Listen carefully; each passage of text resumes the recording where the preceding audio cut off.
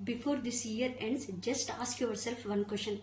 ఈ సంవత్సరంలో నా కోసం నేను ఒక చిన్న అడుగైనా ముందుకు వేశానా? ఎవరి మీద ఆధారపడకుండా.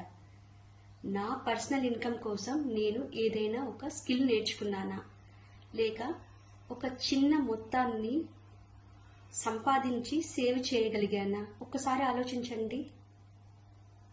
మనకు మనము సంపాదించుకునే చిన్న అమౌంట్ అయినా కానీ అది మనలో చాలా పెద్ద ధైర్యాన్ని ఇస్తుంది.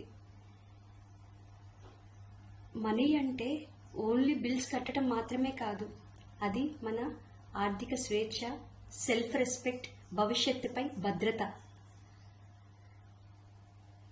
ఈ సంవత్సరం మొత్తం బిజీగా ఉన్నా కానీ ఈ ఇయర్ ఎండింగ్లో అయినా కానీ ఒక చిన్న నిర్ణయం తీసుకుంటాము. మన కోసం, మన ఫైనాన్షియల్ ఇండిపెండెన్స్ కోసం ఒక చిన్న స్కిల్నైనా కానీ లేదా ఒక చిన్న ఇన్కమ్ స్టార్టప్ అయినా కానీ చేసి కొంత అమౌంట్ అయినా సంపాదించి కొంత అమౌంట్ అయినా కానీ సేవ్ చేసుకునేటట్లు చూసుకుందాం.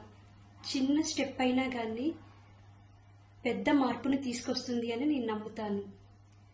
2026 మనకి ఫైనాన్షియల్ ఇండిపెండెన్స్ ఇయర్గా ఉండాలి అని నేను కోరుకుంటున్నాను. Thank you friends.